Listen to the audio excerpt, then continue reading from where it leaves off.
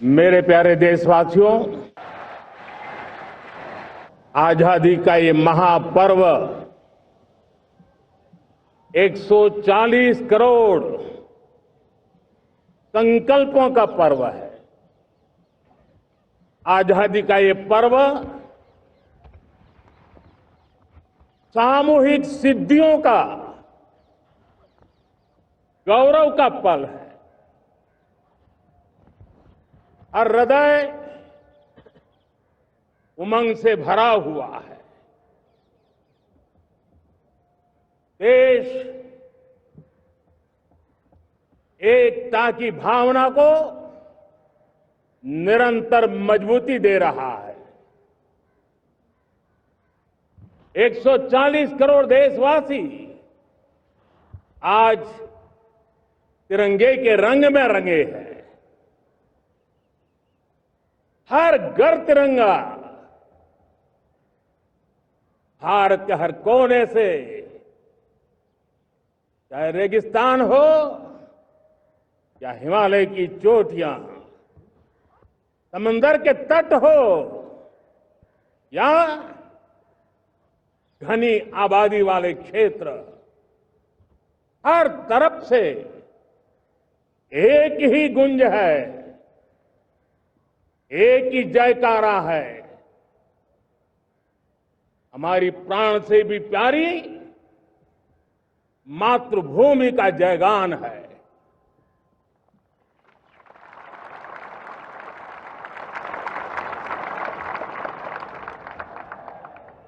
मेरे प्यारे देशवासियों, सन 47 में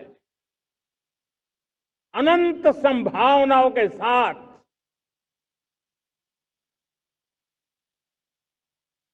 कोटि कोटि भुजाओं के सामर्थ्य के साथ हमारा देश आजाद हुआ। देश की आकांक्षाएं उड़ाने भर रही थी, लेकिन चुनौतियां उससे भी कुछ ज्यादा थी। पूज्य बापू के सिद्धांतों पर चलते हुए संविधान सभा के सदस्यों ने एक बहुत ही महत्वपूर्ण दायित्व निभाया। भारत का संविधान गत 75 वर्ष से एक प्रकाश स्तंभ बन करके हमें मार्ग दिखाता रहा है। भारत के संविधान निर्माता अनेक विद महापुरुष डॉक्टर राजेंद्र प्रसाद, बाबा साहब आंबेडकर, पंडित नेहरू, सरदार वल्लभ भाई पटेल, डॉक्टर सर्वपल्ली राधाकृष्णन जी, इतना ही नहीं, हमारी नारी शक्ति का भी योगदान कम नहीं था। हंसा मेहता जी, दाक्षायणी, वेलायुधन जैसी विदुषियों ने भी भारत के संविधान को सशक्त करने में अपनी भूमिका निभाई थी। आज लाल किले की प्राचीर से देश का मार्गदर्शन करने वाले, देश को दिशा देने वाला संविधान के निर्माताओं को आदरपूर्वक नमन करता हूं।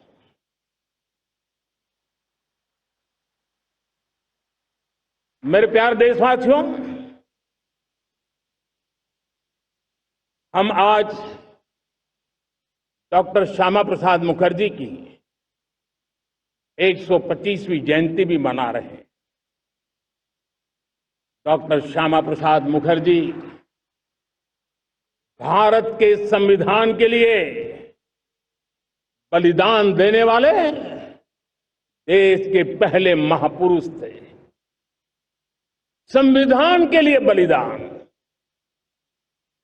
धारा 370 की दीवार गिराकर एक देश एक संविधान के मंत्र को जब हमने साकार किया तो हमने डॉक्टर श्यामा प्रसाद मुखर्जी को सच्ची श्रद्धांजलि दी। लाल किले पर आज कई विशेष महानुभाव उपस्थित हैं। दूर सुदूर गांव के पंचायतों के सदस्य हैं, ड्रोन दीदी के प्रतिनिधि हैं, लखपति दीदी की प्रतिनिधि हैं, खेल जगत से जुड़े लोग हैं, राष्ट्र जीवन में कुछ न कुछ देने वाले यहां महानुभाव उपस्थित हैं। एक प्रकार से यहां मेरी आंखों के सामने मैं लघु भारत के दर्शन कर रहा हूं और टेक्नोलॉजी के माध्यम से विशाल भारत के साथ भी आज लाल किला जुड़ा हुआ है। मैं आजादी के इस महापर्व पर देशवासियों का विश्व भर में फैलाए हुए भारत प्रेमियों का, हमारे मित्रों का हृदय से बहुत बहुत अभिनंदन करता हूं। साथियों, प्रकृति हम सब की परीक्षा ले रही है। पिछले कुछ दिनों में प्राकृतिक आपदाएं, भूस्खलन, बादलों का फटना, न जाने कितनी कितनी आपदाएं हम झेल रहे हैं। पीड़ितों के साथ हमारी संवेदना है। राज्य सरकारें और केंद्र सरकार मिलकर के बचाव के काम, राहत के काम, पुनर्वसन के काम में पूरी शक्ति से जुटे हुए हैं। साथियों, आज 15 अगस्त का एक विशेष महत्व भी मैं देख रहा। मुझे बहुत गर्व हो रहा है। आज मुझे लाल किले की प्राचीर से ऑपरेशन सिंदूर के वीर जाबाजों को सैल्यूट करने का अवसर मिला है।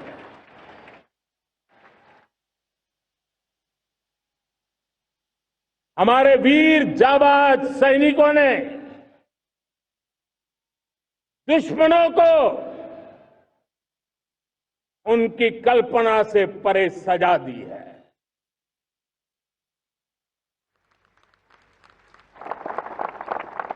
और इस अपील को पहलगाम में सीमा पार से आतंकियों ने आकर के जिस प्रकार का कत्ले आम किया, धर्म पूछ करके लोगों को मारा गया,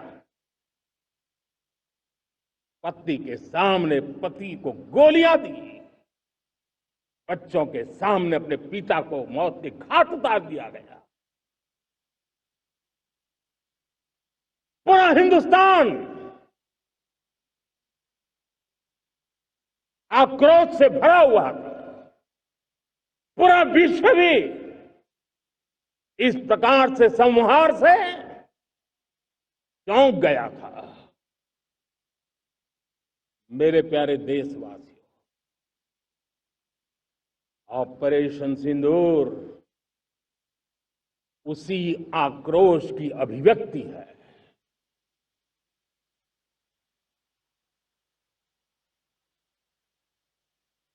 बाईस तारीख के बाद हमने हमारे सेना को खुली छूट दे दी। रणनीति वो तय करे, लक्ष्य वो तय करे, समय भी वो चुने और हमारी सेना ने वो करके दिखाया जो कई दशकों तक कभी हुआ नहीं था। सैकड़ों किलोमीटर दुश्मन की धरती पर घुस करके आतंकी हेडक्वार्टर्स को मिट्टी में मिला दिया, आतंकी इमारतों को खंडहर बना दिया।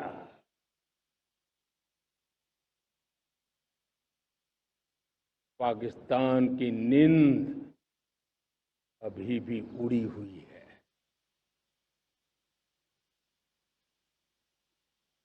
पाकिस्तान में हुई तबाही इतनी बड़ी है कि रोज नए नए खुलासे हो रहे हैं, नई नई जानकारियां आ रही हैं। मेरे प्यारे देशवासियों, हमारा देश कई दशकों से आतंक को झेलता आया हुआ है। देश के सीने को छलनी कर दिया गया है। अब हमने एक न्यू नॉर्मल प्रस्थापित किया। आतंक को और आतंकी को पालने पोसने वालों को, आतंकियों को ताकत देने वालों को अब हम अलग अलग नहीं मानेंगे।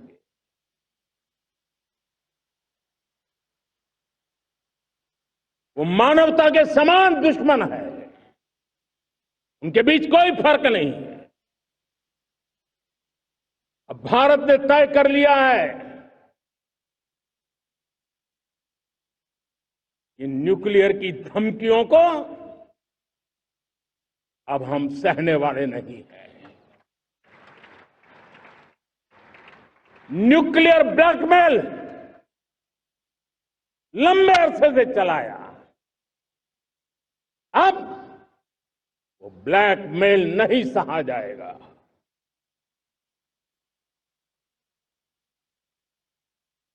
आगे भी अगर दुश्मनों ने ये कोशिश जारी रखी, हमारी सेना तय करेगी, सेना की शर्तों पर, सेना जो समय निर्धारित करे उस समय पर, सेना जो तौर तरीके तय करे उस तौर तरीके से, सेना जो लक्ष्य तय करे उस लक्ष्य को अब हम अमल में ला करके रहने वाले हैं। हम मुंह तोड़ जवाब देंगे। मेरे प्यारे देशवासियों,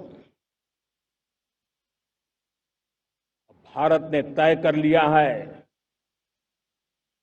खून और पानी एक साथ नहीं बहेंगे।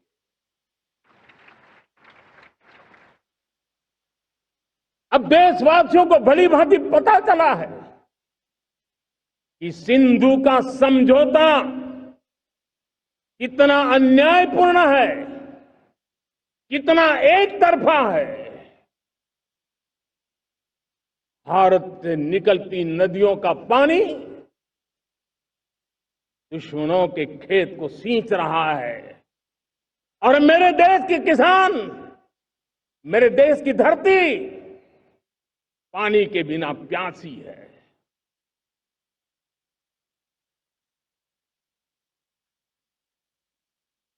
ये ऐसा समझौता था जिसने पिछले 7 दशक से मेरे देश के किसानों का अकल्पनीय नुकसान किया है।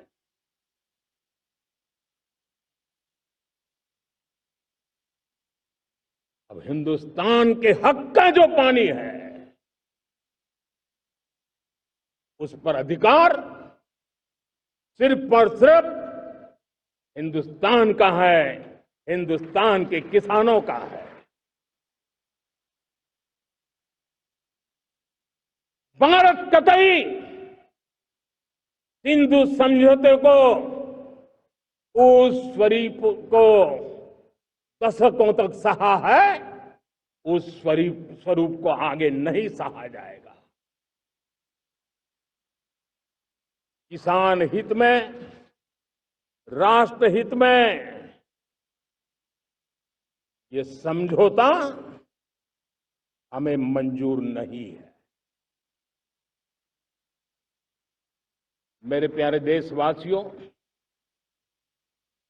आजादी के लिए असंख्य लोगों ने बलिदान दी,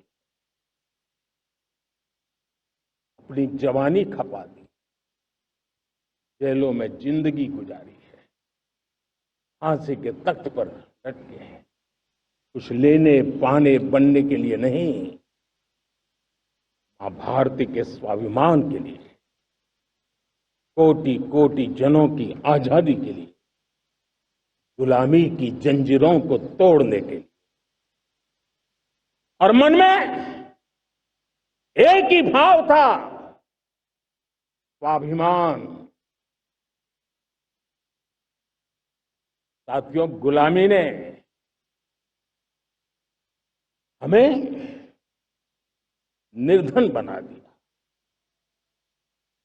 गुलामी ने हमें निर्भर भी बना दिया, औरों पर हमारी निर्भरता बढ़ती गई। हम सब जानते हैं, आजादी के बाद कोटि कोटि जनों के पेट भरना बड़ी चुनौती थी। लेकिन यही मेरे देश के किसान हैं जिन्होंने खून पसीना एक करके देश के अन्न के भंडार भर दिए।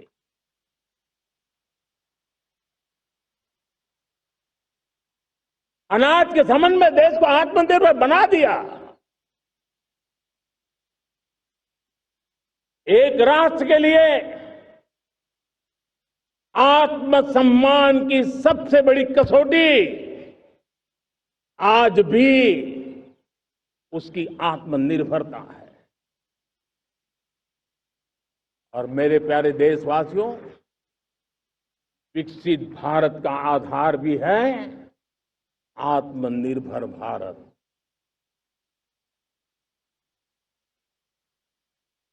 जो दूसरों पर ज्यादा निर्भर रहता है, उसकी आजादी पर उतना ही बड़ा प्रश्न चिन्ह लग जाता है।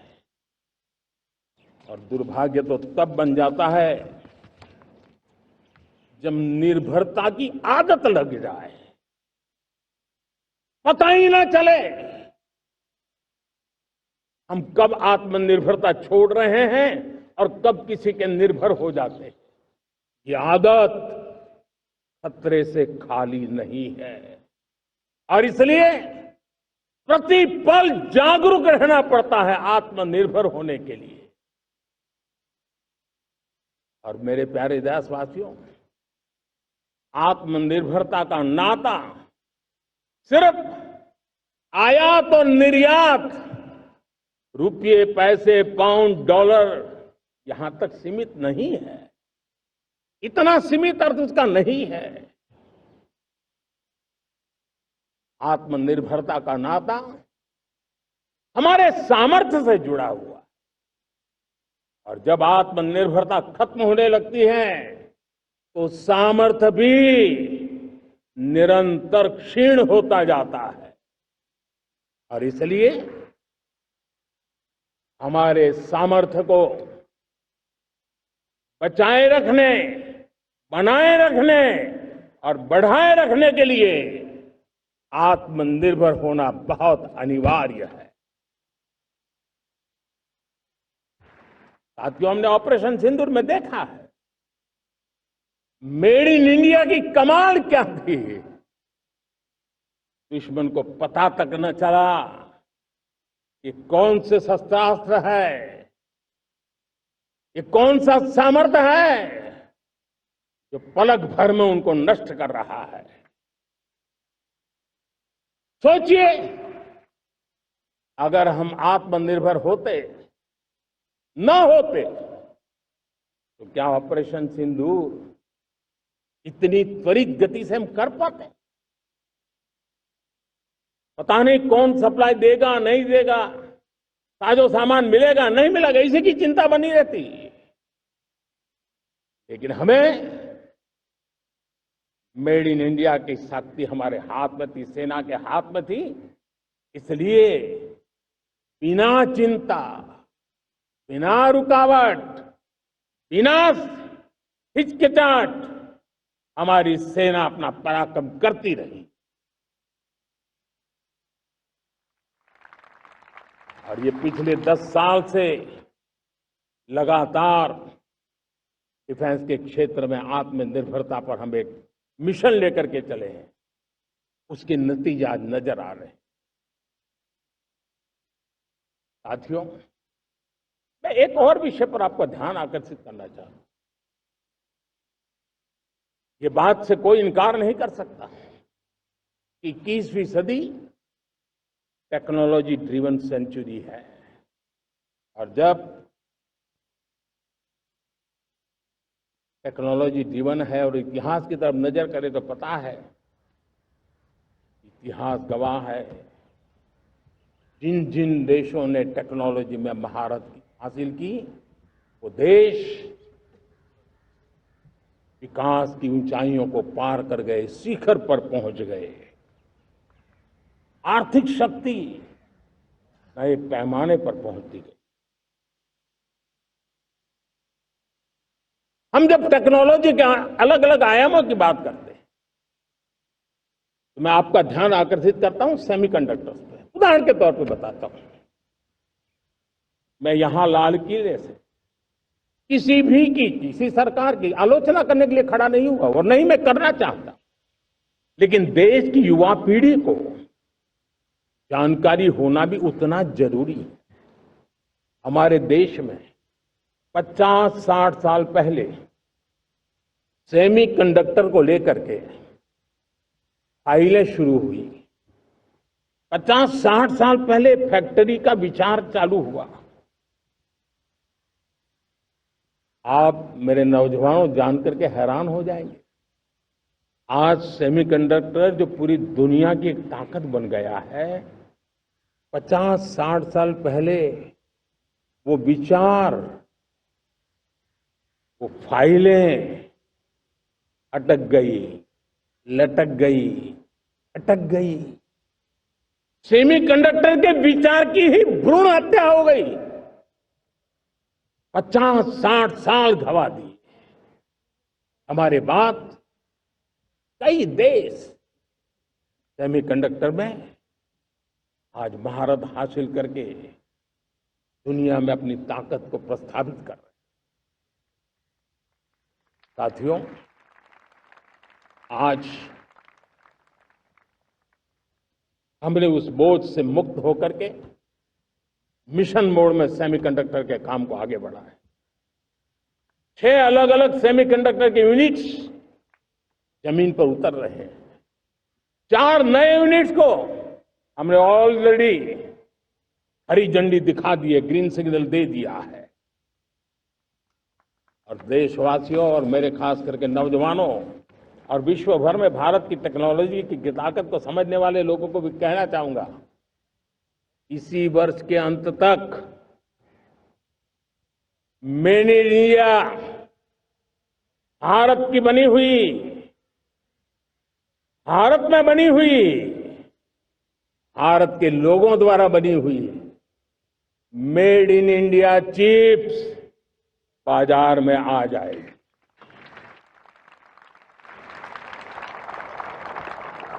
मैं दूसरा उदाहरण देना चाहता हूं। अब ऊर्जा के क्षेत्र में हम सब जानते हैं कि हम एनर्जी के लिए बहुत सारे देशों पर डिपेंडेंट है। पेट्रोल हो, डीजल हो, गैस हो, लाखों करोड़ रुपए हमें खर्च करके लाना पड़ता है। हमें इस संकट से देश को आत्मनिर्भर बनाना, ऊर्जा में आत्मनिर्भर बनाना बहुत जरूरी है। हमने बीड़ा उठाया और आज 11 वर्ष में सोलर एनर्जी 30 गुना बढ़ चुकी है। हम नए नए डैम बना रहे हैं ताकि हाइड्रो का विस्तार हो और हमें क्लीन एनर्जी की उपलब्ध हो। भारत मिशन ग्रीन हाइड्रोजन लेकर के आज हजारों करोड़ रुपए इन्वेस्ट कर रहा है।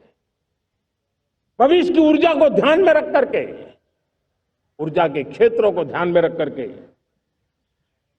भारत न्यूक्लियर एनर्जी पर भी बहुत बड़े इनिशिएटिव ले रहा है।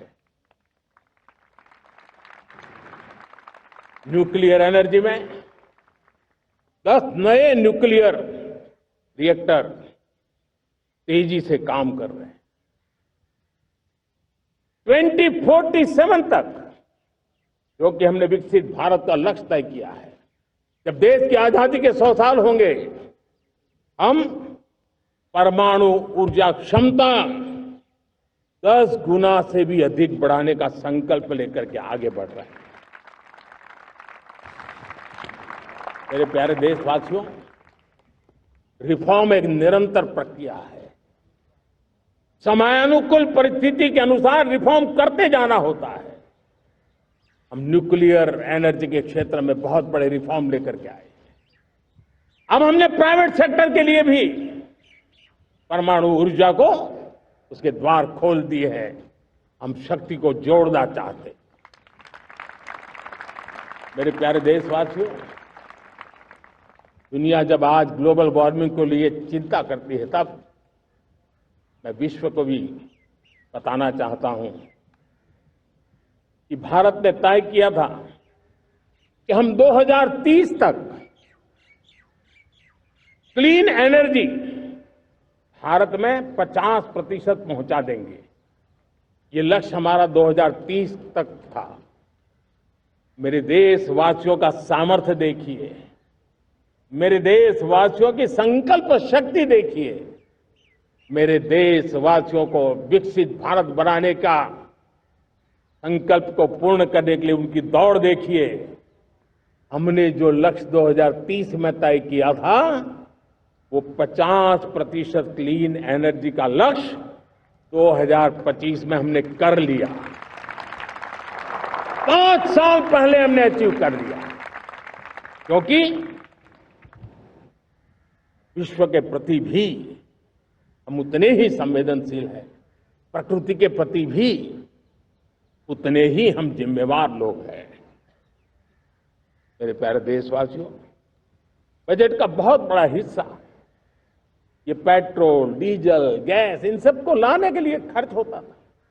लाखों करोड़ रुपए चले जाते थे। अगर हम ऊर्जा में डिपेंडेंट न होते, तो वो धन मेरे देश के नौजवानों के भविष्य के लिए काम आता। वो धन मेरे देश के गरीबों को गरीबी के खिलाफ लड़ाई लड़ने में काम आता। वो धन मेरे देश के किसानों के कल्याण में काम आता। वो धन मेरे देश के गांव की परिस्थिति को पलटने के लिए काम आता। लेकिन हमें विदेशों को देना पड़ रहा। अब हम आत्मनिर्भर बनने की दिशा में काम कर रहे हैं। देश को विकसित बनाने के लिए हम अब समुद्र मंथन की तरफ भी जा रहे हैं। हमारे समुद्र के मंथन को आगे बढ़ाते हुए हम समुद्र के भीतर के तेल के भंडार, गैस के भंडार, उसको खोजने की दिशा में एक मिशन मोड में काम करना चाहते हैं। और इसलिए भारत ने national deep water exploration mission शुरू करने जा रहा है। ये ऊर्जा इंडिपेंडेंट बनने के लिए ये हमारी महत्वपूर्ण घोषणा है। मेरे प्यारे देशवासियों, आज पूरा विश्व क्रिटिकल मिनरल को लेकर के बहुत ही सतर्क हो गया है। उसके सामर्थ्य को लोग भली भांति समझने लगे हैं। कल तक जिस तरफ ज्यादा ध्यान नहीं था, वो आज सेंटर स्टेज पे है। हमारे लिए भी क्रिटिकल मिनरल्स में आत्मनिर्भरता बहुत अनिवार्य है। एनर्जी का सेक्टर हो, इंडस्ट्री का सेक्टर हो, रक्षा क्षेत्र हो, टेक्नोलॉजी के हर क्षेत्र हो, आज क्रिटिकल मिनरल्स की टेक्नोलॉजी के अंदर बहुत अहम भूमिका है। और इसलिए नेशनल क्रिटिकल मिशन हमने लॉन्च किया है। 1200 से अधिक स्थानों पर खोज का अभियान चल रहा है और हम क्रिटिकल मिनरल में भी आत्मनिर्भर बनने की दिशा में आगे बढ़ रहे हैं। मेरे प्यारे देशवासियों, स्पेस सेक्टर का कमाल तो हर देशवासी देख रहा, गर्व से भर जा रहा।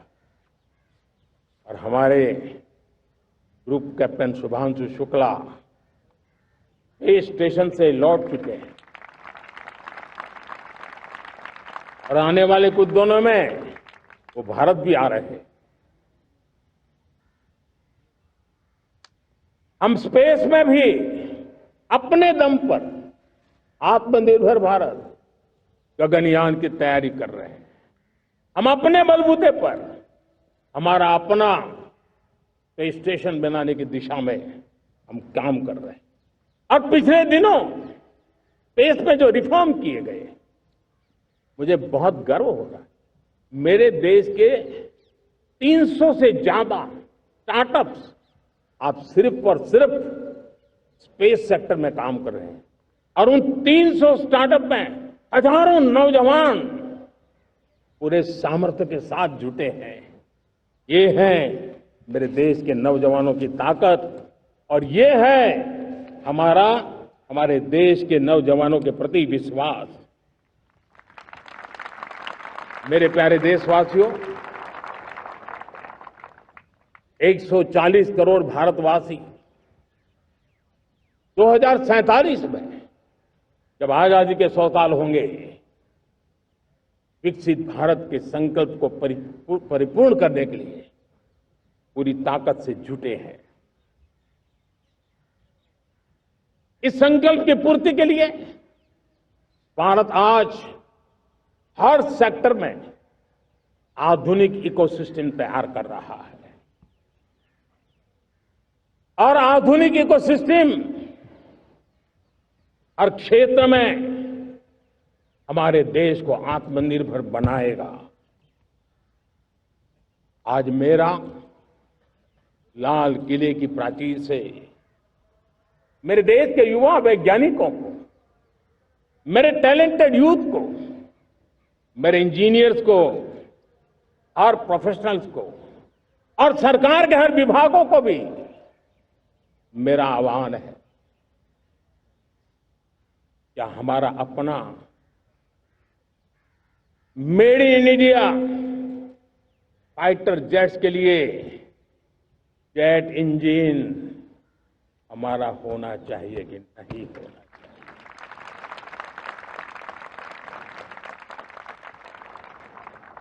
हम फार्मा ऑफ द वर्ल्ड माने जाते हैं।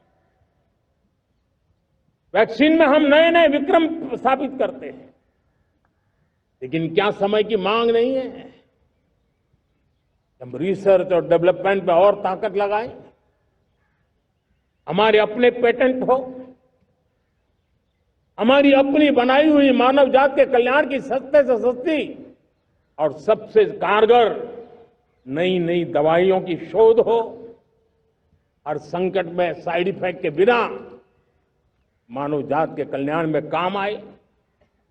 बायो 3 पॉलिसी भारत सरकार ने बनाई है।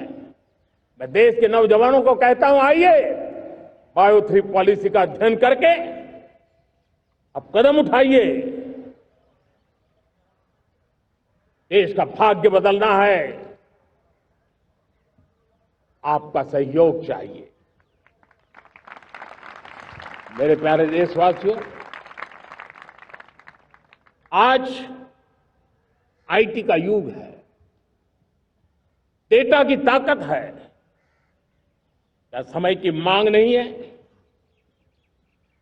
ऑपरेटिंग सिस्टम से लेकर के साइबर सुरक्षा तक, डीप टेक से लेकर के आर्टिफिशियल इंटेलिजेंस तक, सारी चीजें हमारी अपनी हो, इस पर हमारे ही लोगों का सामर्थ्य जुटा हुआ हो, उनकी सामर्थ्य शक्ति का विश्व को परिचय कराए। साथियों, आज दुनिया में सोशल मीडिया का हो, बाकी प्लेटफॉर्म का हो, दुनिया के प्लेटफॉर्म पर हम काम कर रहे हैं। दुनिया ने हमने दिखा दिया है, यूपीआई का हमारा प्लेटफॉर्म आज दुनिया को अजोबा कर रहा है। हमारे में सामर्थ्य है। रियल टाइम ट्रांजैक्शन में 50% अकेला भारत यूपीआई के माध्यम से कर रहा है। इसका मतलब की ताकत है। क्रिएटिव वर्ल्ड हो, सोशल मीडिया हो, ये जितने भी प्लेटफॉर्म्स हैं, मेरे देश के नौजवानों में चुनौती करता हूं आपको, आइए हमारे अपने प्लेटफॉर्म क्यों ना हो, हम क्यों दूसरों पर निर्भर रहे, क्यों भारत का धन बाहर जाए। और मुझे आपके सामर्थ्य पर भरोसा है। मेरे प्यारे देशवासी, जैसे ऊर्जा के क्षेत्र में हम डिपेंडेंट हैं, वैसा ही देश का दुर्भाग्य है कि फर्टिलाइजर, उसमें भी हमें दुनिया पर निर्भर रहना पड़ता है। मेरे देश के किसान भी फर्टिलाइजर का सही उपयोग कर करके धरती माता की सेवा कर सकते हैं। अनाप शनाप उपयोग से भी धरती मां को बहुत नुकसान पहुंचा रहे हैं। लेकिन साथ साथ मैं देश के नौजवानों को कहना चाहता हूं, देश के उद्योग जगत को कहना चाहता हूं, देश के प्राइवेट सेक्टर को कहना चाहता हूं, आइए हम फर्टिलाइजर के भंडार भर दें, हम नए नए तौर तरीके खोजें और भारत की आवश्यकता के अनुसार हम अपना फर्टिलाइजर तैयार करें। हम औरों पर निर्भर न रहे।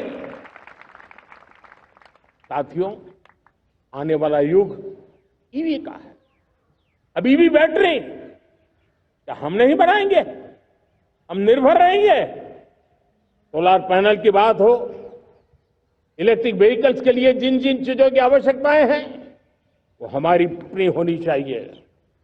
साथियों, मैं ये इसलिए कहने की हिम्मत करता हूं, क्यों? क्योंकि मुझे देश के नौजवानों के सामर्थ्य पर भरोसा है। और भरोसा सिर्फ वो मेरे देश के नौजवान है इतने मात्र से नहीं है। कोविड के समय हम बहुत सारी चीजों पर निर्भर थे। तो मेरे देश के नौजवानों को कहा गया कि वैक्सीन हमारी अपनी चाहिए, देश ने करके दिखाया।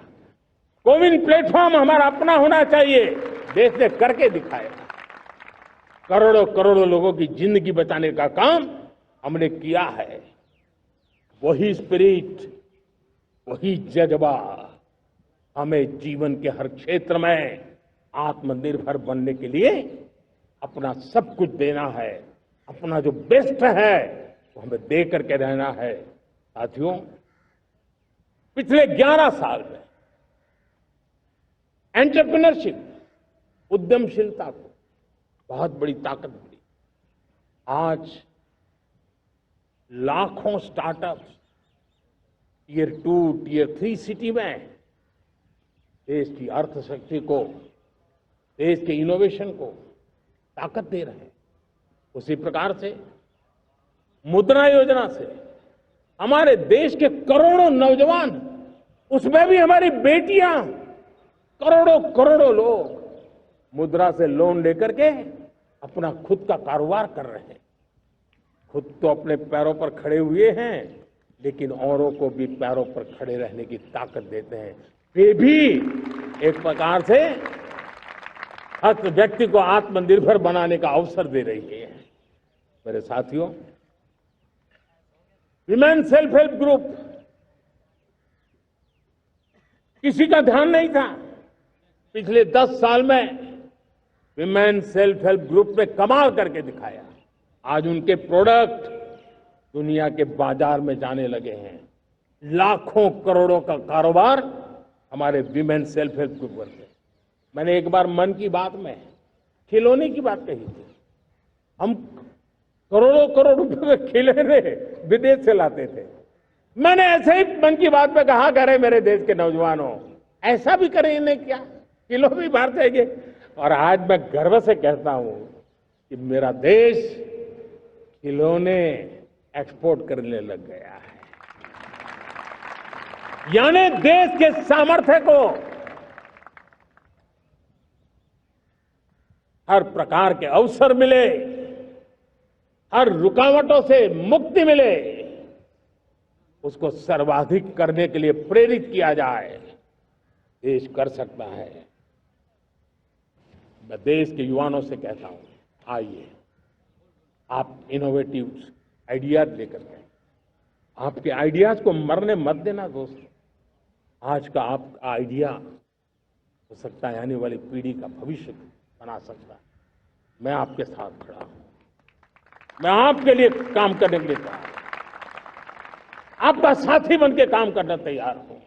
आप आइए, हिम्मत जुटाइए, इनिशिएटिव लीजिए। जो युवा मैन्युफैक्चरिंग के बारे में सोचते हैं, आइए आगे बढ़िए। सरकार के नियमों में बदलाव करना है, मुझे बताइए।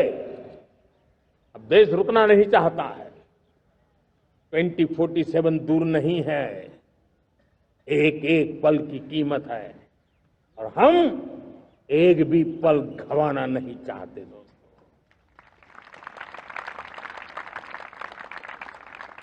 साथियों, ये आगे बढ़ने का अवसर है, बड़े सपने देखने का अवसर है, संकल्प के लिए समर्पित होने का अवसर है। जब सरकार आपके साथ है और मैं स्वयं आपके साथ हूं, तब हम नया इतिहास बना सकते हैं।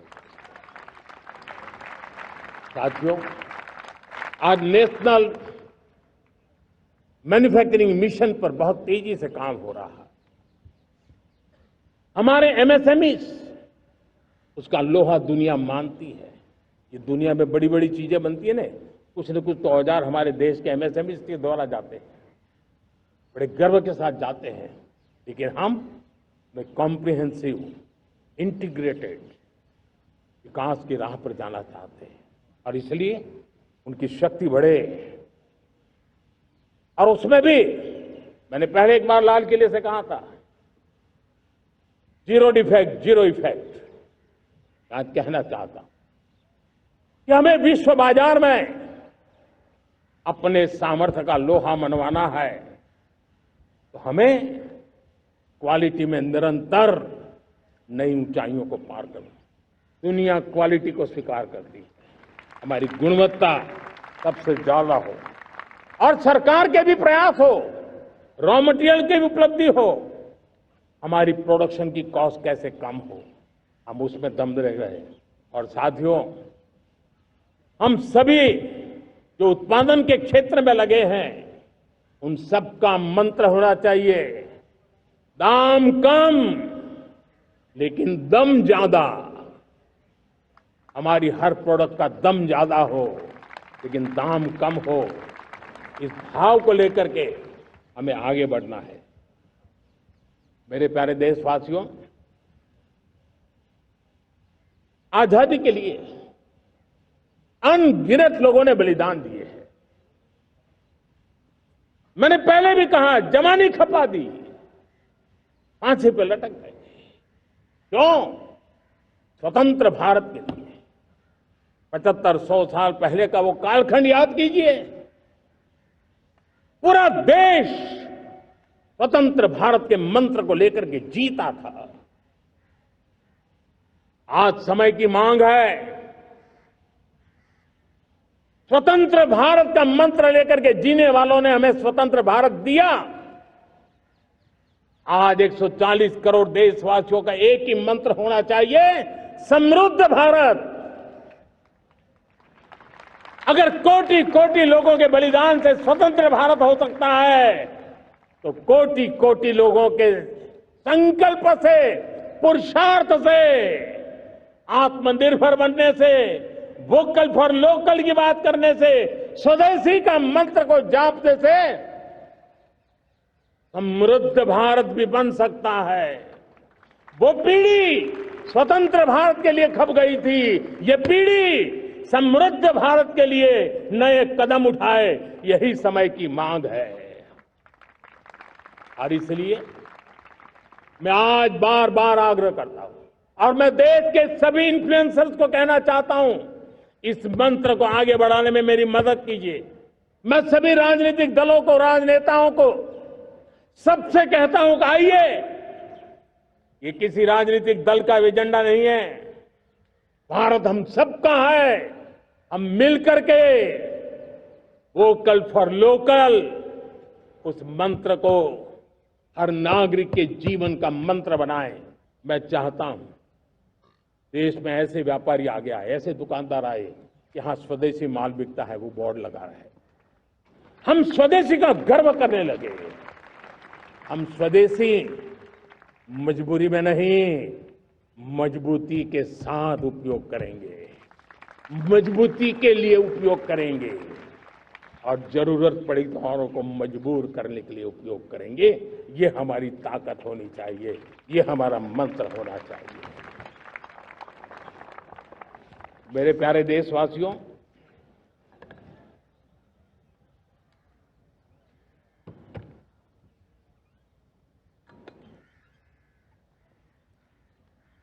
मुझे बहुत लंबे समय से सरकार में काम करने का अवसर मिला है। मैंने कई सारे उतार चढ़ाव देखे हैं, सरकारों की मुसीबतों से भी मैं परिचित हूं, व्यवस्थाओं की मर्यादाओं से भी परिचित हूं, लेकिन उसके बावजूद भी हमारी जिम्मेवारी है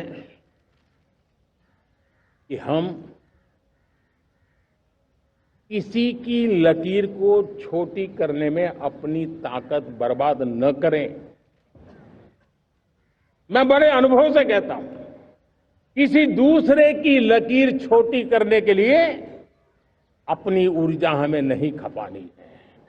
हमें पूरी ऊर्जा के साथ हमारी लकीर को लंबा करना है।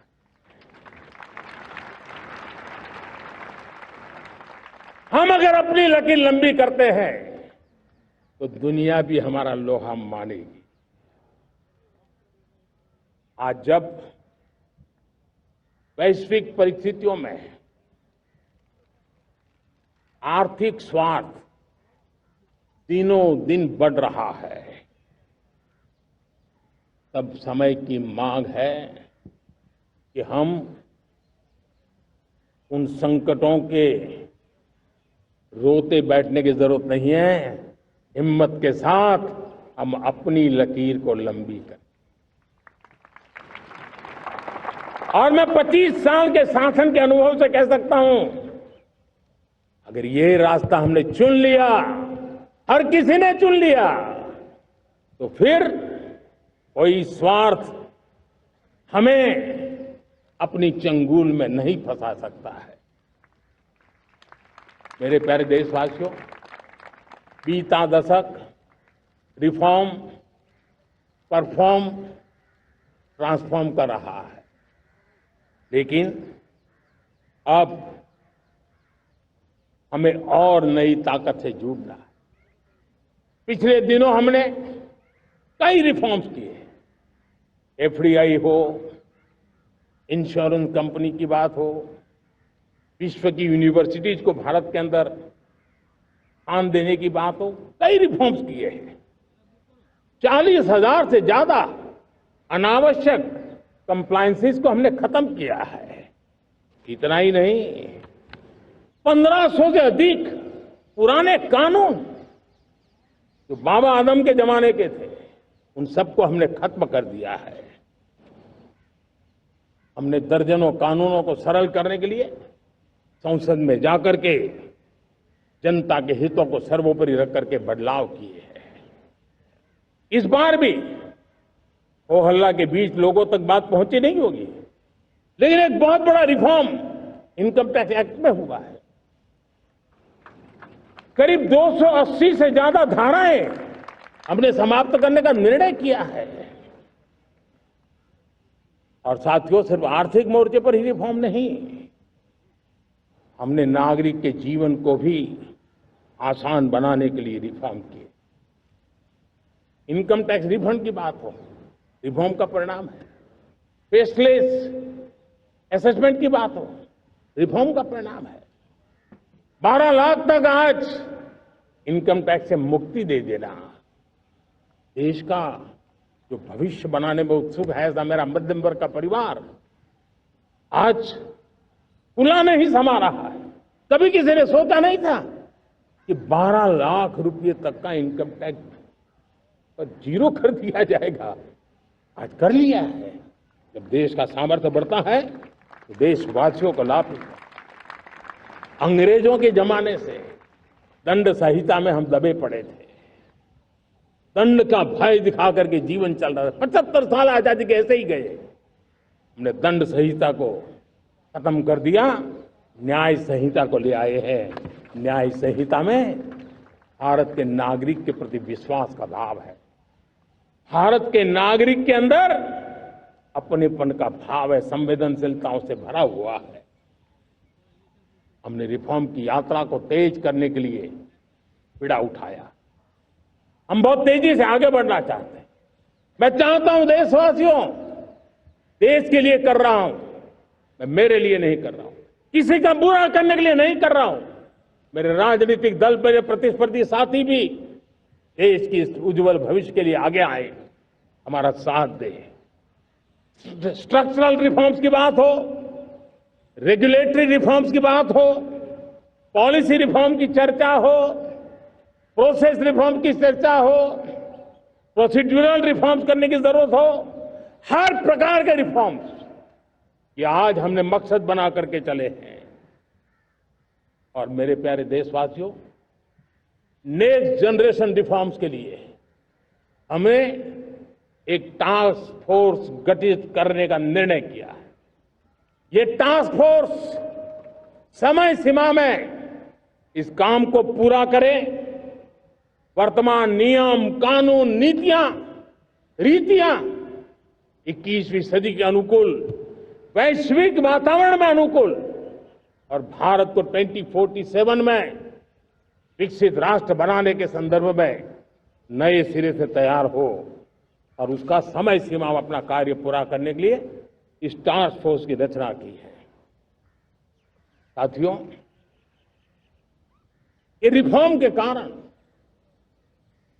जो नए लोग अपना भविष्य बनाने चाहते हैं उनको तो हिम्मत मिलेगी।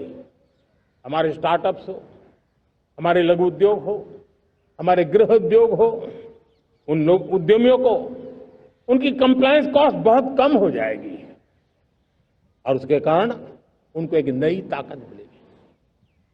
जो एक्सपोर्ट की दुनिया में उनको लॉजिस्टिक सपोर्ट के कारण, व्यवस्थाओं में बदलाव के कारण उनको एक बहुत बड़ी ताकत मिलेगी। साथियों, ऐसे ऐसे कानून है हमारे देश में, छोटी छोटी चीजों के लिए जेल में डालने के कानून है। आप हैरान हो जाएंगे, किसी ने नजर नहीं डाली।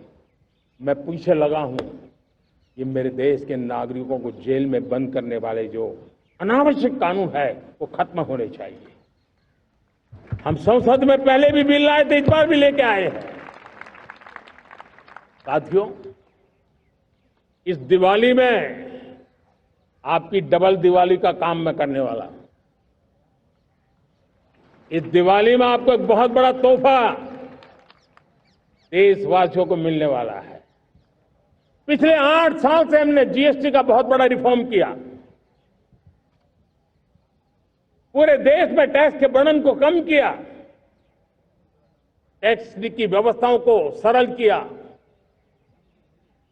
और 8 साल के बाद समय की मांग है कि हम एक बार उसको रिव्यू करें।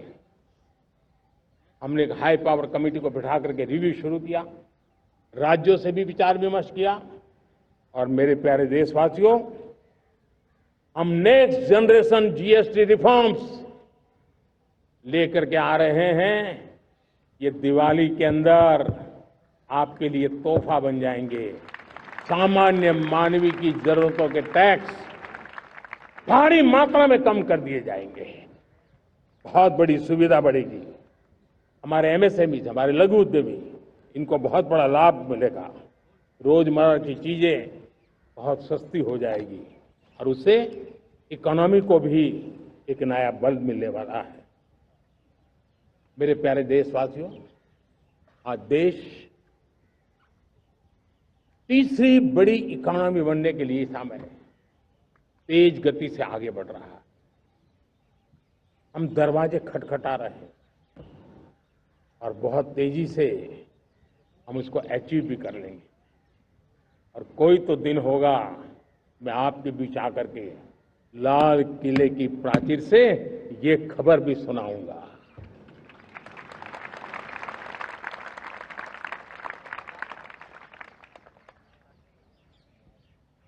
आज भारत की अर्थव्यवस्था और आर्थिक स्थिति को लेकर पूरी दुनिया आश्वस्त है। इतनी अस्थिरता के बीच आशा की किरण बना हुआ है भारत का फाइनेंशियल डिसिप्लिन, भारत की फाइनेंस की ऊर्जा। संकट के घेरे में जब अर्थव्यवस्था पड़ी हुई है तब भारत ही उसे बाहर निकलेगा, ये भरोसा दुनिया में पनपा है। आज इन्फ्लेशन कंट्रोल में है, फॉरेन एक्सचेंज रिजर्व हमारे बहुत मजबूत है, हमारे मैक्रो इकोनॉमिक इंडिकेटर्स बहुत मजबूत है। ग्लोबल रेटिंग एजेंसी भी लगातार भारत की सराहना करती हैं, भारत की अर्थव्यवस्था पर ज्यादा से ज्यादा विश्वास व्यक्त कर रही है। ये बढ़ती हुई अर्थव्यवस्था का लाभ मेरे देश के गरीबों को मिले, मेरे देश के किसानों को मिले, मेरे देश की नारी शक्ति को मिले, मेरे देश के मध्यम वर्ग को मिले, मेरे देश की विकास धारा को ताकत देने वाला बने। तो दिशा में हम नए नए प्रयास करें। आज युवाओं के लिए नए नए सेक्टर्स में हमारे नौजवानों के लिए अवसर बन रहे हैं। स्किल डेवलपमेंट, स्वरोजगार, बड़ी बड़ी कंपनियों में इंटर्नशिप, इस पर एक बहुत बड़े स्तर पर अभियान चल रहा है। और इसलिए देश के नौजवानों, आज मैं आपके लिए भी एक खुश खबर लेकर के आया, मेरे देश के नौजवानों के लिए आया। आज 15 अगस्त है। आज 15 अगस्त के ही दिन मेरे देश के युवाओं के लिए 1 लाख करोड़ रुपए की योजना हम चालू कर रहे हैं, लागू कर रहे हैं। आज से प्रधानमंत्री विकसित भारत रोजगार योजना आज ही 15 अगस्त को लागू हो रही है। ये आपके लिए बहुत खुशखबरी है। इस योजना के तहत निजी क्षेत्र में पहली नौकरी पाने वाले नौजवान को, बेटे बेटी को 15,000 रुपया सरकार की तरफ से दिए जाएंगे। कंपनियों को भी नए रोजगार देने के अवसर जो भी ज्यादा जुटाएगा उनको भी प्रोत्साहन राशि दी जाएगी। प्रधानमंत्री विकसित भारत रोजगार योजना करीब करीब 3.5 करोड़ नौजवानों को रोजगार के नए अवसर बनाएगी। मैं सभी नौजवानों को इसके लिए बहुत बहुत बधाई देता हूं। मेरे प्यारे देशवासियों, आज भारत में नारी शक्ति का लोहा हर कोई मानने लगा। बढ़ती इकोनॉमी की लाभार्थी हमारी नारी है, लेकिन बढ़ती इकोनॉमी को गति देने में भी हमारी नारी का बहुत बड़ा योगदान भी, हमारी मातृशक्ति का योगदान है, हमारी स्त्री शक्ति का योगदान है। स्टार्टअप से लेकर स्पेस सेक्टर तक हमारी बेटियां छाई हुई हैं, खेल के मैदान में छाई हुई हैं, फौज में चमक रही है। आज गर्व के साथ नारी कंधे से कंधा मिला करके देश की विकास यात्रा में भागीदार हो रही। देश गर्व से भर गया जब एनडीए की विमेन कैडेट्स उनका पहला पास आउट हुआ था। पूरा देश गर्व से भर गया था। सारे टीवी चैनल उसी के पीछे लगे हुए थे। कितने बड़े गौरव की पल थी। Self help group, 10 crore self help group की बहनें क्या कमाल कर रही है। नमो ड्रोन दीदी नारी शक्ति की एक नई पहचान बनी। गांव में मुझे एक बहन मिली, वो कहती मुझे अब तो गांव वाले पायलट कह करके बुलाते हैं। बड़े गर्व से कह रही थी। ज्यादा पढ़ी लिखी नहीं थी, लेकिन उसका रतबा पैदा हुआ है। साथियों, हमने 3 करोड़ महिलाओं को लखपति दीदी बनाने का संकल्प लिया था। 3 करोड़। और मुझे आज संतोष है कि हम तेज गति से काम कर रहे हैं। समय से पहले 3 करोड़ का लक्ष्य पार कर लेंगे। और आज मैं खुशी से देश को बताना चाहता हूं कि मेरे नारी शक्ति का सामर्थ्य देखिए। देखते ही देखते 2 करोड़ महिलाएं लखपति दीदी बन चुकी है। आज कुछ लखपति दीदी हमारे सामने बैठी है। ये है मेरे सामर्थ्य। और मेरा विश्वास है दोस्तों, भारत की विकास यात्रा में उनकी भागीदारी बढ़ने वाली। मेरे प्यारे देशवासियों, मेरे देश के किसानों का भारत की अर्थव्यवस्था में बहुत बड़ा योगदान है।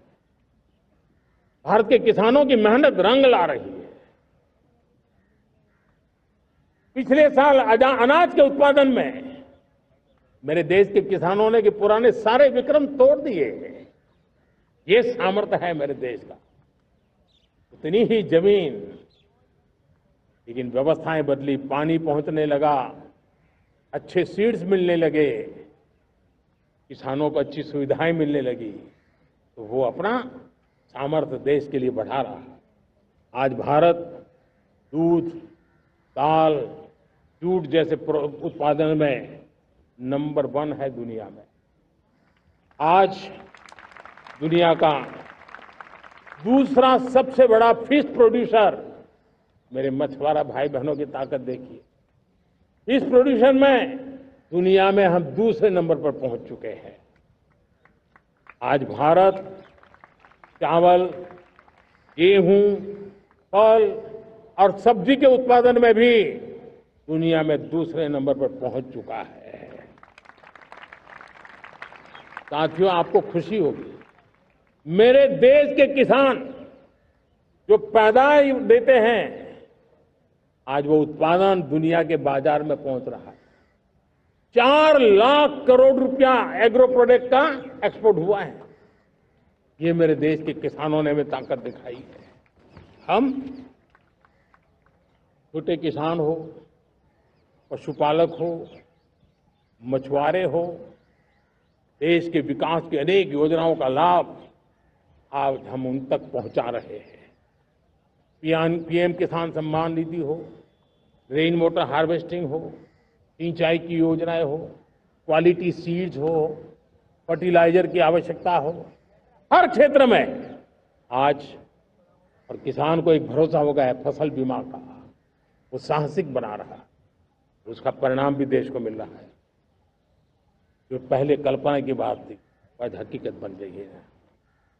देशवासियों, हमारे देश के पशुधन को बचाने में हमें कोविड की वैक्सीन मुफ्त में मिली, वो तो याद है, लेकिन हम पशुधन के लिए भी अब तक 125 डोज मुफ्त में पशुओं को लगा चुके हैं। फूट एंड माउथ डिसीज से मुक्ति पाने के लिए, जो हमारा यहाँ उत्तर भारत में उसे खुरपका मुंहपका बीमारी कहते हैं, उसे बचाने के लिए 125 करोड़ डोज हम लगा चुके हैं और मुफ्त में लगा चुके हैं। हम खेती के मामले में देश के वो जिले जहां के किसान औरों से पीछे रह गए। किसी न किसी कारण से 100 जिले ऐसे हैं जहां अपेक्षाकृत कम खेती है और इसलिए हमने 100 जिले आइडेंटिफाई किए हैं पूरे देश में से और वहां के किसानों को एम्पावर करना, किसानों को शक्ति देना, किसानों को मदद करने का एक अभियान चलाया है और इसके लिए पीएम धन धान्य कृषि योजना का आरंभ किया है। पीएम धन धान्य कृषि योजना वो देश के 100 जिले जहां थोड़ी सी भी मदद कर देंगे तो वहां का किसान भी भारत के अन्य किसानों की बराबरी कर देगा। मेरे प्यारे देशवासियों, भारत के किसान, भारत के पशुपालक, भारत के मछुआरे, ये हमारी सबसे बड़ी प्राथमिकता है। भारत के किसान, भारत के मछुआरे, भारत के पशुपालक, उनसे जुड़ी किसी भी अहितकारी नीति के आगे मोदी दीवार बन के खड़ा है।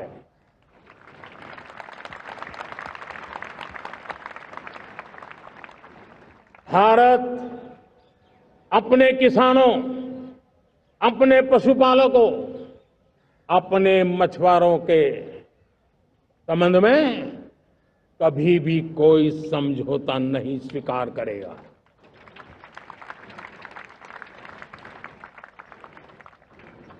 प्यारे देशवासियों, गरीबी क्या होती है मुझे किताबों में पढ़ना नहीं पड़ा है, मैं जानता। सरकार में भी रहा हूं और इसलिए मेरी कोशिश रही है कि सरकार फाइलों में नहीं होनी चाहिए। सरकार देश के नागरिकों की लाइफ में होनी चाहिए। दलित हो, पीड़ित हो, शोषित हो, वंचित हो, उनके लिए सकारात्मक रूप से सरकारें प्रोएक्टिव हो, सरकारें प्रो पीपल हो। उस दिशा में हम निरंतर प्रयास कर रहे हैं। समाज के हर जरूरत व्यक्ति के लिए। कुछ लोगों को लगता है कि सरकार की योजनाएं पहले भी आती, जी नहीं, हम सरकार की योजनाओं को जमीन पर उतार रहे हैं, सैचुरेशन पर बल देते हैं और सामाजिक न्याय का अगर कोई सच्चा एजुकेशन है तो सैचुरेशन में है, जिसमें कोई हकदार छूटे नहीं, हकदार के घर तक सरकार जाए और उसे अपना हक की चीजें मिले, उसके लिए हम काम कर रहे हैं। जनधन अकाउंट जब खोले गए ना, वो सिर्फ बैंक का अकाउंट था ऐसा नहीं है, उसे एक स्वाभिमान मिला था कि बैंक के दरवाजे मेरे लिए भी खुलते हैं, मैं भी बैंक के दरवाजे में जाकर के टेबल पे हाथ रख करके बात कर सकता हूं। ये विश्वास हमने जगाया है। आयुष्मान भारत ने बीमारी को सहने की आदत से मुक्ति दिलाने का और उनको अच्छे स्वास्थ्य के लिए मदद करने का काम। और जब हम वरिष्ठ नागरिकों को 5 लाख रुपए से ज्यादा मदद कर करके उनके आरोग्य की चिंता करते हैं, आज पीएम आवास 4 करोड़ गरीबों को घर मिलना मतलब जिंदगी के नए सपने वहां सजते हैं। वो सिर्फ 4 दीवारें नहीं है दोस्तों। रेहड़ी पटरी वालों के लिए पीएम स्वनिधि योजना, जो कभी ब्याज के चक्कर में फंसा रहता था, आज पीएम स्वनिधि से रेहड़ी पटरी वाला भी, और आपने देखा वो यूपीआई से पैसे लेता है, यूपीआई से पैसे देता है। ये बदलाव आखिरी व्यक्ति तक चिंता, लोगों की लाइफ में सरकार होनी चाहिए। उसी के कारण ये जमीन से जुड़ी योजनाएं बनती हैं और जमीन से जुड़ी योजनाएं जमीन पर उतरती हैं और जमीन से उतरी हुई योजनाएं जीवन में बदलाव लाने का एक सशक्त माध्यम बन जाती है। एक समय था, गरीब हो, पीड़ित हो, आदिवासी हो, वंचित हो, दिव्यांग हो, हमारी विधवा माताएं बहनें हो, अपने हक के लिए दर दर भटकते रहते थे। तक सरकारी दफ्तरों में चक्कर लगाते लगाते जिंदगी पूरी हो जाती। आज सरकार आपके दरवाजे पर आती है, सैचुरेशन के अप्रोच को लेकर के आती है। करोड़ों लाभार्थियों को सरकारी योजनाओं का लाभ मिल रहा है। डायरेक्ट बेनिफिट ट्रांसफर एक बहुत बड़ा क्रांतिकारी काम हुआ है। साथियों, गरीबी हटाओ के नारे देश ने बहुत सुने हैं, लाल किले से भी सुने, और देश सुन सुन करके थक गया था और देश ने मान लिया था कि गरीबी हट नहीं सकती है। लेकिन जब हम योजनाओं को गरीब के घर तक ले जाते हैं, विश्वास को गरीब के मन में हम पैदा करते हैं, तब मेरे देश के 25 करोड़ गरीब गरीबी को परास्त कर करके, गरीबी से बाहर निकल करके एक नया इतिहास बनाते हैं। आज 10 करोड़ गरीब और 10 वर्ष में 25 करोड़ से ज्यादा गरीब गरीबी को परास्त कर करके गरीबी से बाहर निकले हैं और एक न्यू मिडिल क्लास तैयार हुआ है। मेरे साथियों, ये न्यू मिडिल क्लास और मिडिल क्लास एक ऐसी जुगलबंदी है जिसमें एस्पिरेशन भी है, एफर्ट भी है। वो देश को आगे बढ़ाने के लिए बहुत बड़ा सामर्थ्य बनने वाली है। मेरे प्यारे देशवासियों, बहुत ही निकट भविष्य में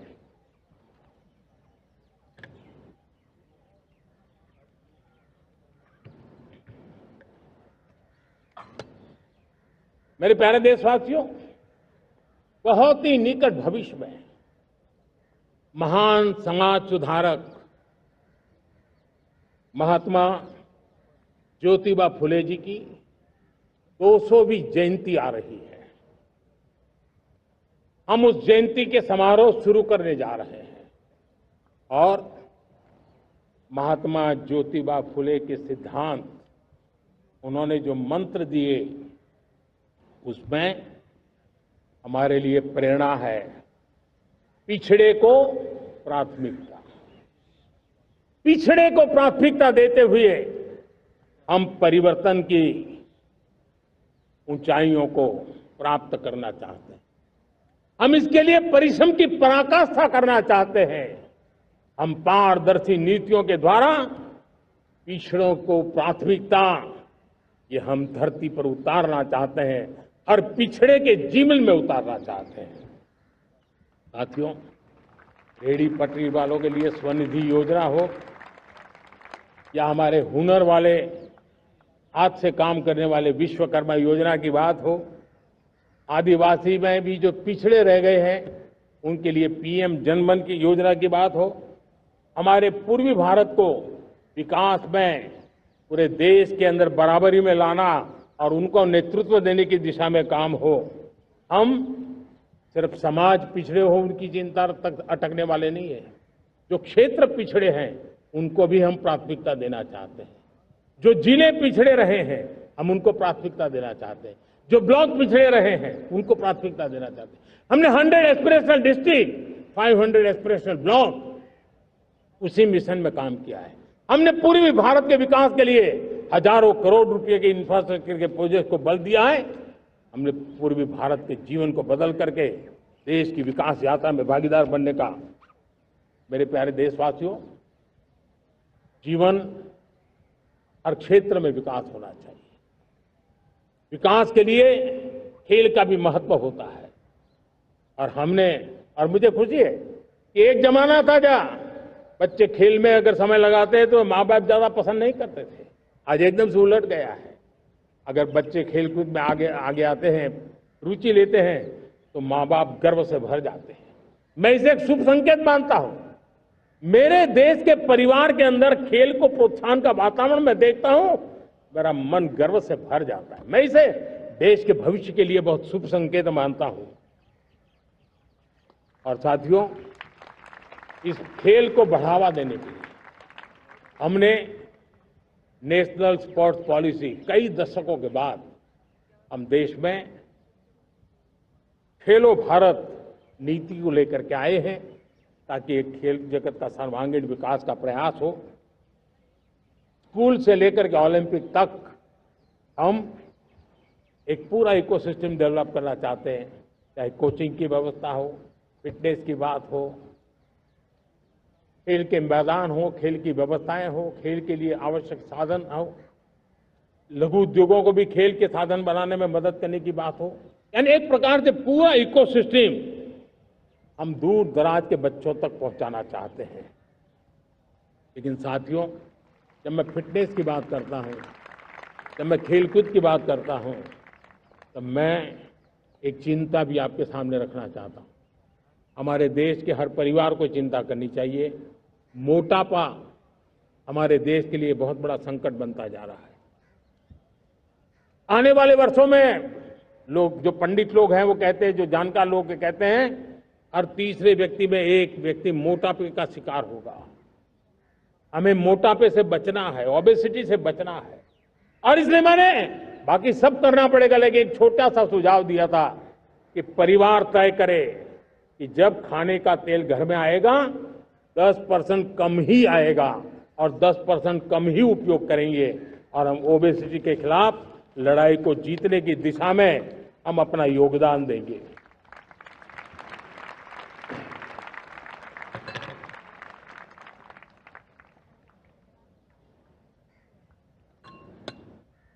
मेरे प्यारे देशवासियों, हमारा देश भाग्यवान है।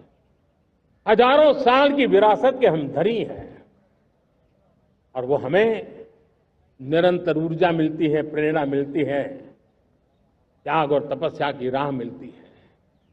आज गुरु तेग बहादुर, यह वर्ष गुरु तेग बहादुर जी का 350वां शहीदी वर्ष है।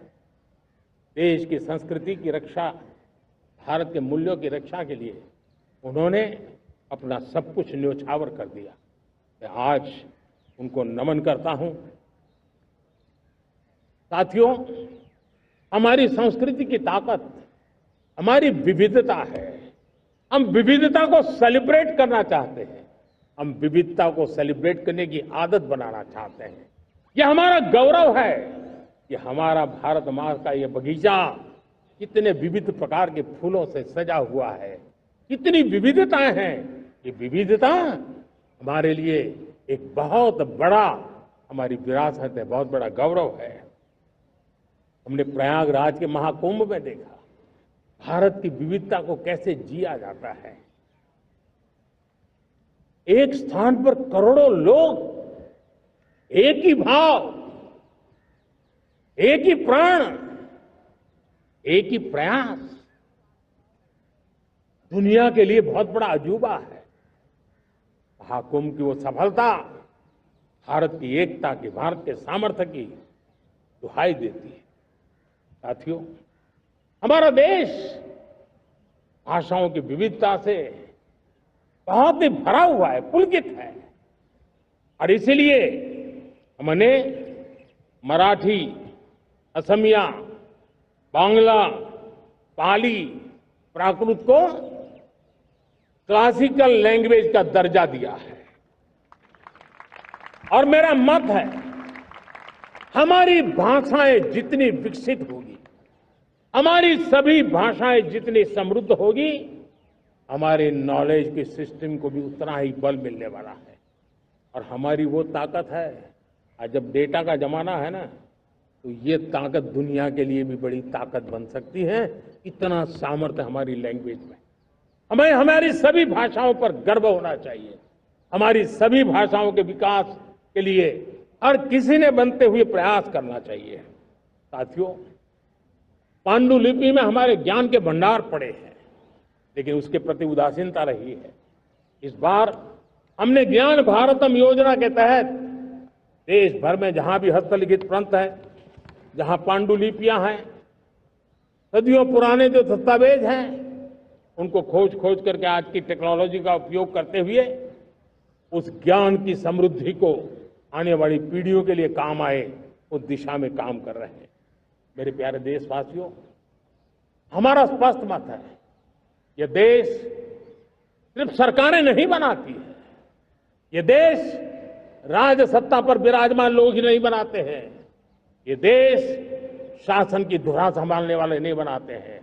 ये देश बनता है कोटि कोटि जनों के पुरुषार्थ से, ऋषियों के, मुनियों से, वैज्ञानिकों के, शिक्षकों के, किसानों के, जवानों के, सेना के, मजदूरों के, हर किसी के प्रयास से देश बनता है। हर किसी का योगदान होता है, व्यक्ति का भी होता है, संस्थाओं का भी होता है। आज मैं बहुत गर्व के साथ एक बात का जिक्र करना चाहता हूं। आज से 100 साल पहले एक संगठन का जन्म हुआ, राष्ट्रीय स्वयंसेवक संघ। 100 साल की राष्ट्र की सेवा एक बहुत ही गौरवपूर्ण स्वर्णिम पृष्ठ है।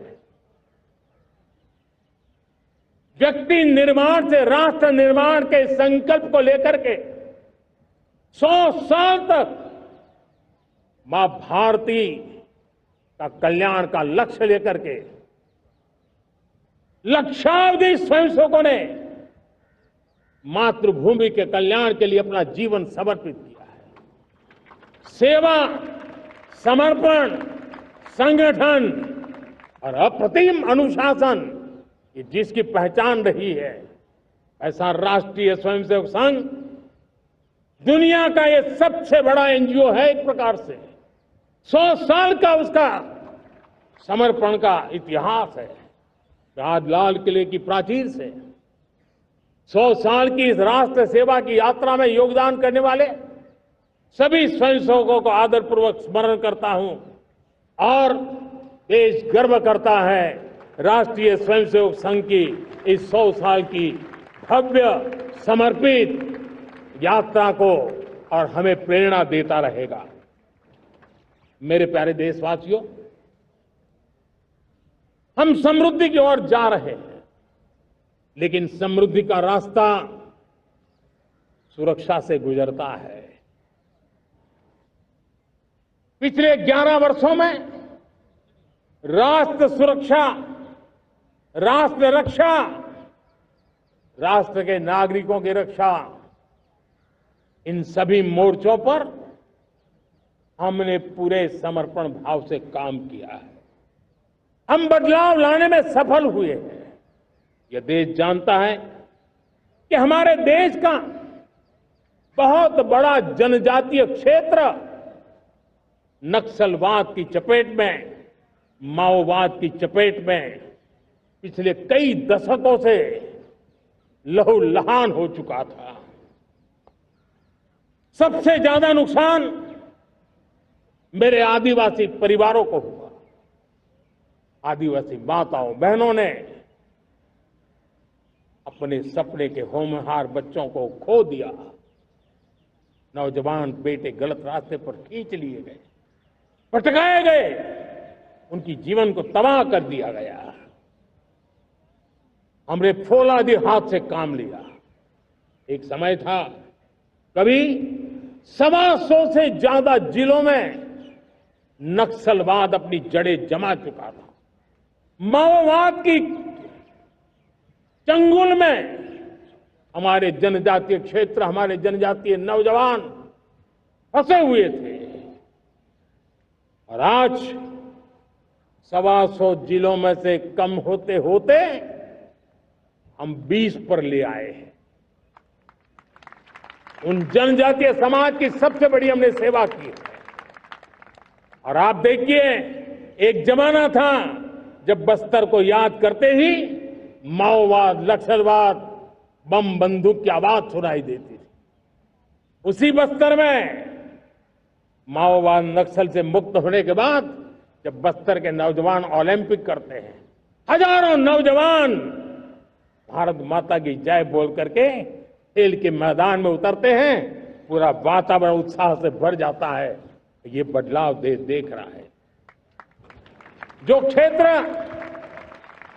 कभी रेड कॉरिडोर के रूप में जाने जाते थे, वो आज विकास के ग्रीन कॉरिडोर बन रहे हैं। साथियों, हमारे लिए गर्व की बात है, भारत के नक्शे में जिन क्षेत्रों को लहूलुहान कर दिया गया था, लाल रंग से रंग दिया गया था।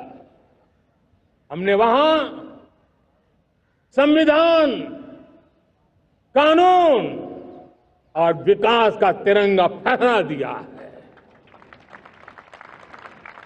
मेरे प्यारे देशवासियों, ये भगवान बिरसा मुंडा की 150वीं जयंती का अवसर है। तब इन जनजातीय क्षेत्रों को नक्सल से मुक्त कर करके, मेरे जनजातीय परिवार के नौजवानों की जिंदगी बचा करके हमने भगवान बिरसा मुंडा को एक सच्ची श्रद्धांजलि दी है।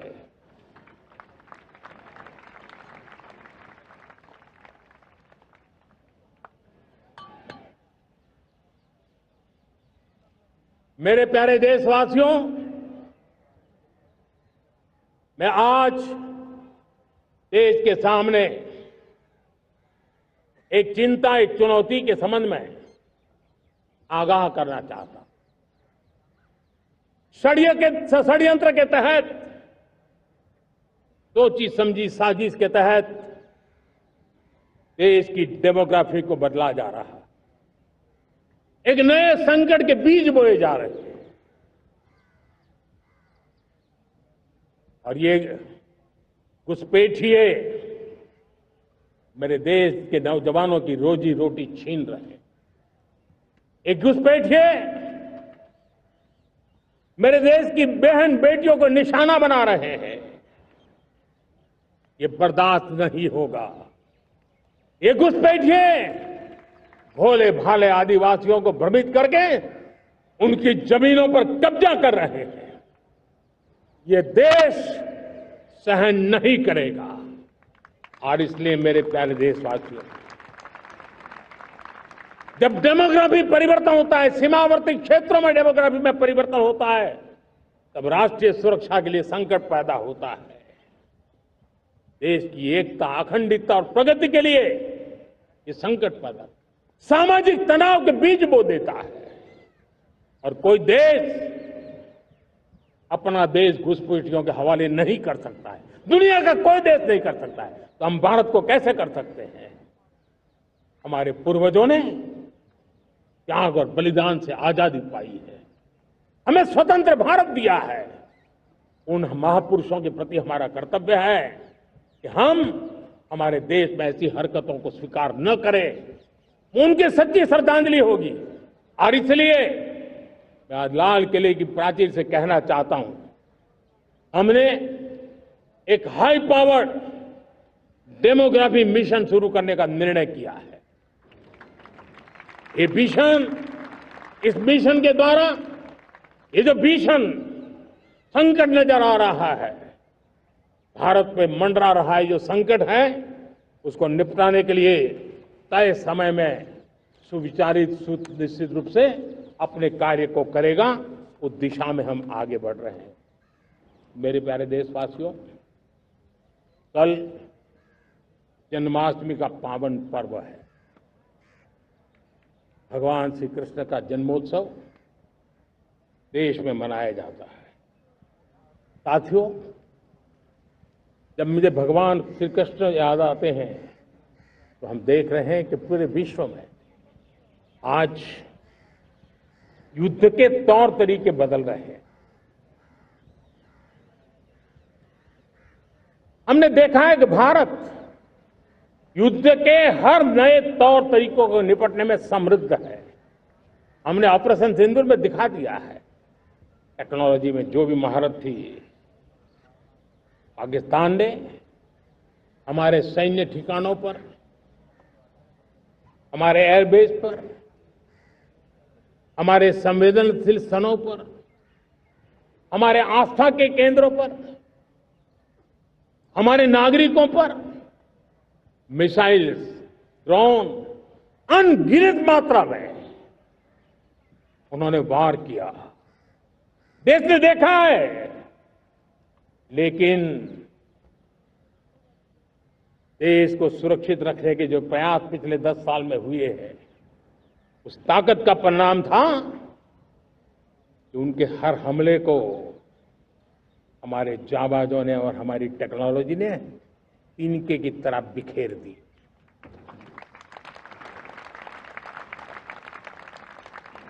रत्ती भर नुकसान नहीं कर पाए और इसलिए जब युद्ध के मैदान में टेक्नोलॉजी का विस्तार हो रहा है, टेक्नोलॉजी हावी हो रही है, तब राष्ट्र की रक्षा के लिए, देश के नागरिकों की सुरक्षा के लिए हमें भी, हमने जो आज महारत पाई है वो महारत का और विस्तार करने की जरूरत है। हमने आज जो महारत पाई है उसको लगातार अपग्रेडेड करते रहने की आवश्यकता है। और इसलिए साथियों, मैंने एक संकल्प लिया है, मुझे आपके आशीर्वाद चाहिए, कोटि कोटि देशवासियों के आशीर्वाद चाहिए, क्योंकि समृद्धि कितनी ही क्यों न हो, अगर सुरक्षा के प्रति उदासीनता बरतते हैं तो समृद्धि भी किसी काम की नहीं रहती। और इसलिए सुरक्षा का महत्व बहुत बड़ा है। और इसलिए मैं आज लाल किले की प्राचीर से कह रहा हूं, आने वाले 10 साल में 2035 तक राष्ट्र के सभी महत्वपूर्ण स्थलों, जिनमें सामरिक के साथ साथ सिविलियन क्षेत्र भी शामिल है, जैसे अस्पताल हो, रेलवे हो, जो भी आस्था के केंद्र हो,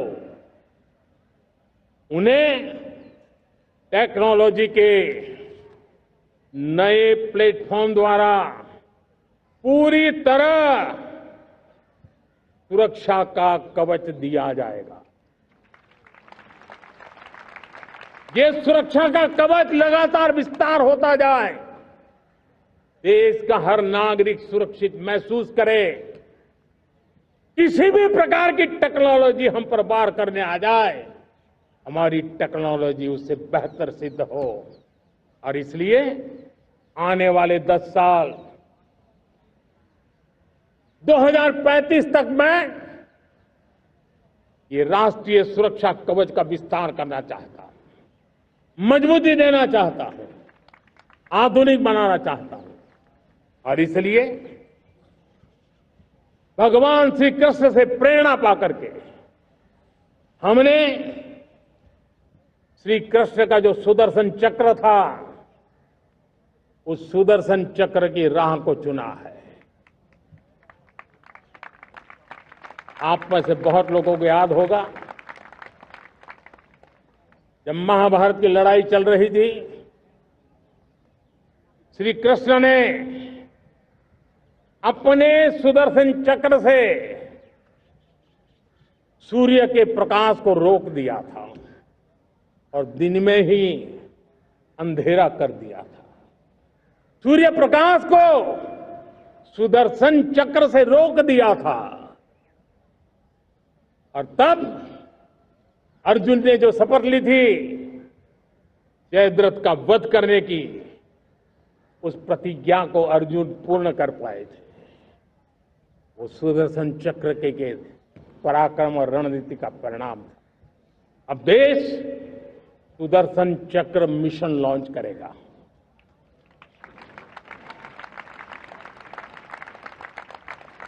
ये मिशन सुदर्शन चक्र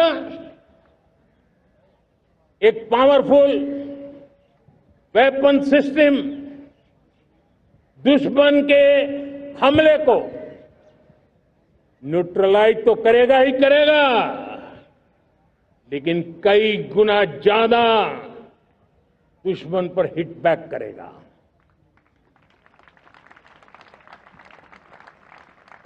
हमने भारत के इस मिशन सुदर्शन चक्र के लिए कुछ मूलभूत बातें भी तय की है। आने वाले 10 सालों में हम उसको प्रखरता से आगे बढ़ाना चाहते हैं। एक तो ये पूरी आधुनिक सिस्टम, इसके लिए रिसर्च, डेवलपमेंट, उसकी मैन्युफैक्चरिंग हमारे देश में ही हो हमारे देश के नौजवानों के टैलेंट से हो, हमारे देश के लोगों के द्वारा बनी। दूसरा, एक ऐसी व्यवस्था होगी जो वॉरफेयर के हिसाब से भविष्य में क्या क्या संभावनाएं हैं उसका हिसाब किताब लगा करके +1 की स्ट्रेटेजी वर्कआउट करेगी। और तीसरा, सुदर्शन चक्र की एक ताकत थी, वो बहुत ही प्रिसाइज, जहां जाना था वहीं जाता था और वापस श्री कृष्ण के पास लौट के आता था। हम इस सुदर्शन चक्र के द्वारा भी टारगेटेड प्रिसाइज एक्शन के लिए भी व्यवस्था को विकसित करने की दिशा में आगे बढ़ेंगे। और इसलिए युद्ध के बदलते तौर तरीकों में राष्ट्र की सुरक्षा, नागरिकों की सुरक्षा के लिए मैं बड़े प्रतिबद्धता के साथ इस कार्य को आगे बढ़ाने के लिए वचन देता हूं। मेरे प्यारे देशवासियों, जब हम लोकतंत्र की बात करते हैं, स्वतंत्र भारत की बात करते हैं, तब हमारा संविधान हमारे लिए सर्वोच्च दीप स्तंभ होता है, हमारा प्रेरणा का केंद्र होता है। लेकिन आज से 50 साल पहले भारत के संविधान का गला घोंट दिया गया था, भारत के संविधान के पीठ पे छुरा भोंक दिया गया था, देश को जेल खाना बना दिया गया था, आपातकाल लगा दिया गया था, इमरजेंसी थोप दी गई थी। इमरजेंसी के 50 साल हो रहे। देश की किसी भी पीढ़ी ने संविधान की हत्या के इस पाप को कभी भूलना नहीं चाहिए। संविधान की हत्या करने वाले पापियों को नहीं भूलना चाहिए। और हमें भारत के संविधान के प्रति अपने समर्पण को और मजबूती देते आगे बढ़ना चाहिए। वो हमारी प्रेरणा है। मेरे प्यारे देशवासियों, मैंने इसी लाल किले से पंच प्रण की बात कही थी। आज लाल किले से फिर से एक बार मेरे देशवासियों का पुनः स्मरण जरूर करना चाहता हूं। विकसित भारत बनाने के लिए न हम रुकेंगे, न हम झुकेंगे। हम परिश्रम की पराकाष्ठा करते रहेंगे और अपनी आंखों के सामने 2047 में विकसित भारत बना करके रहेंगे। मेरे प्यारे देशवासियों, हमारा दूसरा प्रण है कि हम हमारे जीवन में, हमारी व्यवस्थाओं में, हमारे नियम कानून परंपराओं में गुलामी का एक भी कण अब बचने नहीं देंगे। हम हर प्रकार की गुलामी से मुक्ति पाकर के ही रहेंगे। मेरे प्यारे देशवासियों, हम अपनी विरासत पर गर्व करेंगे। हमारी पहचान का सबसे बड़ा आभूषण, सबसे बड़ा गहना, सबसे बड़ा मुकुटमणि हमारी विरासत है। हम विरासत का गर्व करेंगे। मेरे प्यारे देशवासियों, इन सब के लिए एकता, ये मंत्र सबसे बड़ा शक्तिशाली मंत्र है। और इसलिए एकता की डोर को कोई काट न सके, ये हमारा सामूहिक संकल्प होगा। मेरे प्यारे देशवासियों, मां भारती के प्रति कर्तव्य निभाना ये पूजा से कम नहीं है, तपस्या से कम नहीं है, आराधना से कम नहीं है। और उसी भाव से हम सब मातृभूमि के कल्याण के लिए परिश्रम की पराकाष्ठा करते हुए 2047 विकसित भारत के लक्ष्य को पार करने के लिए अपने आप को अपा देंगे, अपने आप को झोंक देंगे। जो भी सामर्थ्य है कोई भी अवसर को छोड़ेंगे नहीं। इतना ही नहीं, नए अवसरों को निर्माण करेंगे और निर्मित करने के बाद हम 140 करोड़ देशवासियों के सामर्थ्य से आगे बढ़ते ही रहेंगे, बढ़ते ही रहेंगे, बढ़ते ही रहेंगे। मेरे प्यारे देशवासियों, हमें याद रखना है, 140 करोड़ देशवासियों को याद रखना है, परिश्रम में जो तपा है, परिश्रम में जो तपा है, उसने ही तो इतिहास रचा है।